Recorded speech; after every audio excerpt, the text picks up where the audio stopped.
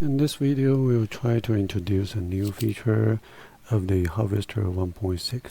It's called Kube-OVN. So we go to the add-ons and we'll see a new options called Kubeovn-operator. Then we enable it and wait it to be activated.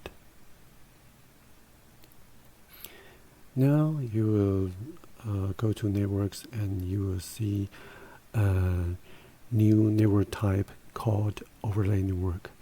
It will be in the virtual machine networks, and we will create two different overlay networks. One is called v1, and we will have a new type overlay network. It's very important. The overlay network is for connecting the Kube-OVN subnet to the virtual machines. So it's a bridge from Kube-OVN to the Harvester. So we create a vSwitch2, and it will be for the two subnet. So now we go to the virtual private cloud. You will see two default subnet in the default virtual private cloud. Then we create our own virtual private cloud. It's called VPC1.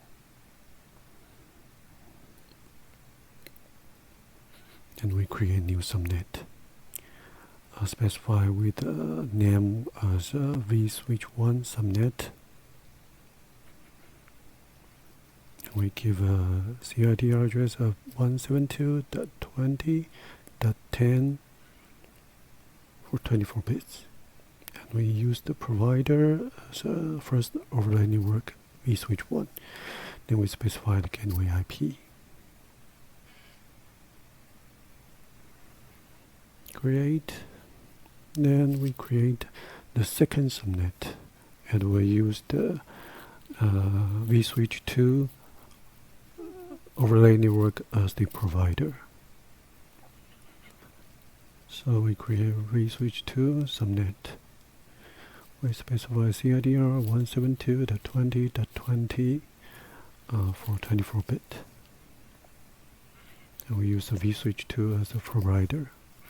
Specify the gateway IP and create.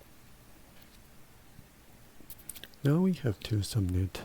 Then we will try to create two virtual machines to connect to different subnet.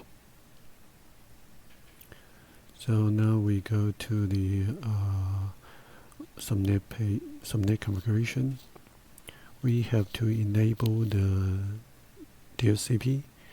So it's about to enable a DHCP feature for the subnet. So every virtual machine connect to the subnet can get the correct default route options from the subnet. Then we apply the same thing on subnet 2 to enable the DHCP. Then we go to virtual machines to create two different virtual machines. So we create vm1-vSwitch1.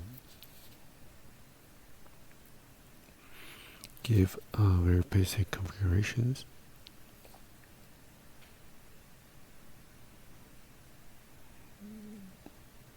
Then specify the network to be the first overlay network, vSwitch1. Then we go to advanced options to give the cloud init data for the login information.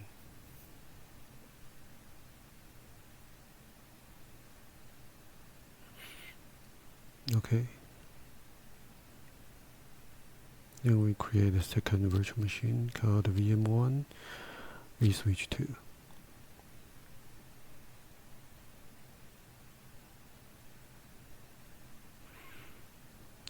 Same basic configurations.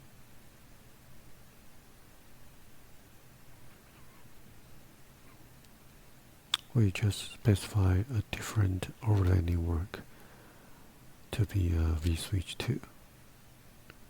So we'll choose FreeSwitch 2.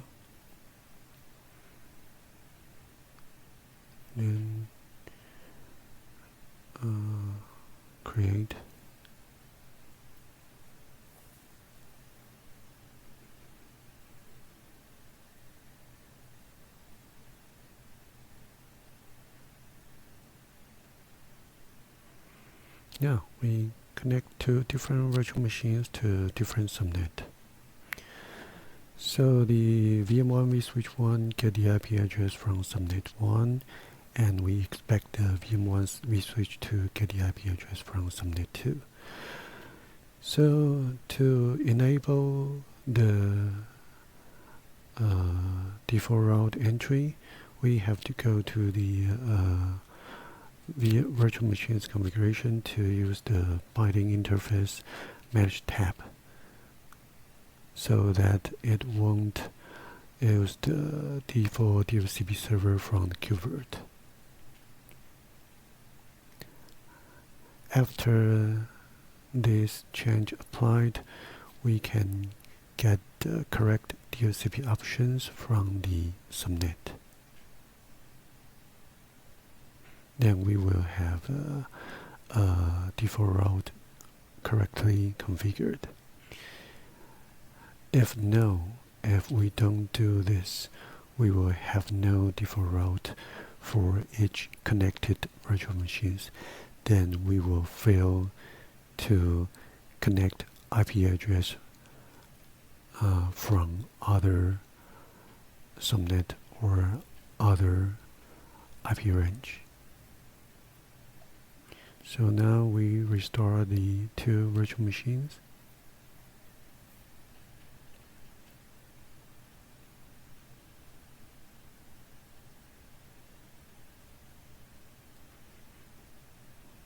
We will demonstrate pin connectivity from two virtual machines. So we will try to connect a VM1 vSwitch1 to VM1 vSwitch2. They are belonging to different subnet, and we are trying to pin from VM1 vSwitch1 to VM1 vSwitch2.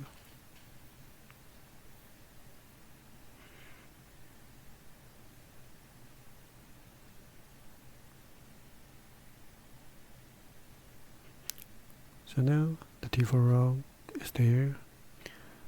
We'll do the same thing on the second virtual machines.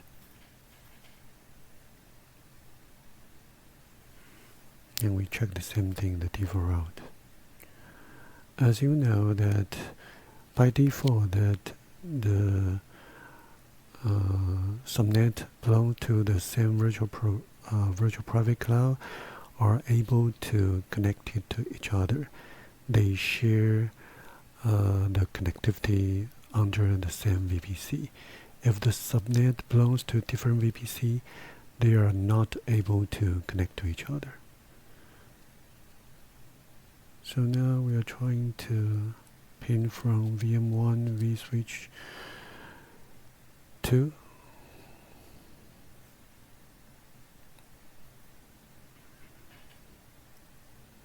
You can see the pin is okay. And we try to connect from the VM1 vSwitch1.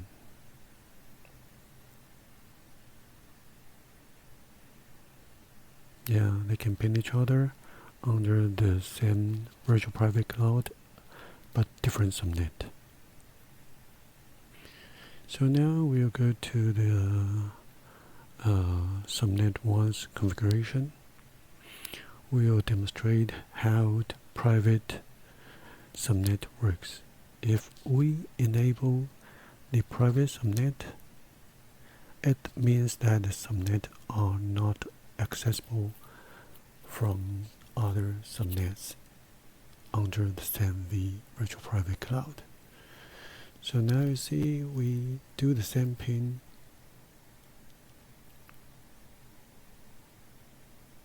Yeah, the connection is failing. So then we can use the another configuration which is called allowed subnet. Then we will specify the CIDR of the subnet we want to allow it.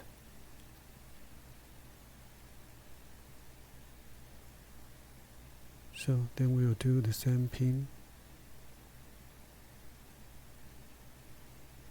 The connection is back.